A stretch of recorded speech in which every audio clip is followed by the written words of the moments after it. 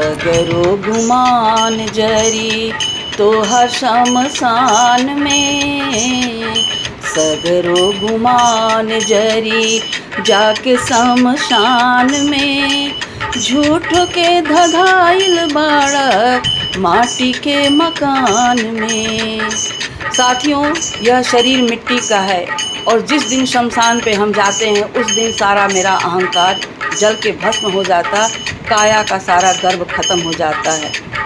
सगरो गुमान जरी तो हर शमशान में, सगरो गुमान जरी तो हर शमशान में, झूठ के धधाइल बाड़ा माटी के मकान में।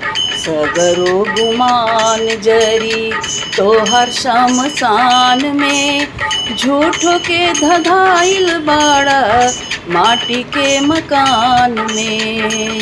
सगरो गुमान जरी चाहे तू केतनो आपन महल सजैबा, चाहे तू केतनो आपन महल सजैबा, संगवा में लेके नाही इहवा से जैबा, संगवा में लेके नाही इहवा से जैबा।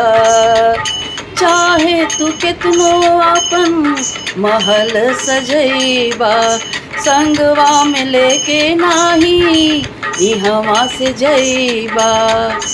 लोभी बइहा सब माया के जहान में, लोभी बइहा सब माया के जहान में, झूठ के धधाइल बाड़ा माटी के मकान में, झूठ के धधाइल बाड़ा माटी के मकान में। सगरो गुमान जरी तो हर शमशान में, झूठ के धधाइल बाड़ा माटी के मकान में। साथियों, चेतावनी है सबके लिए। नमस्कार।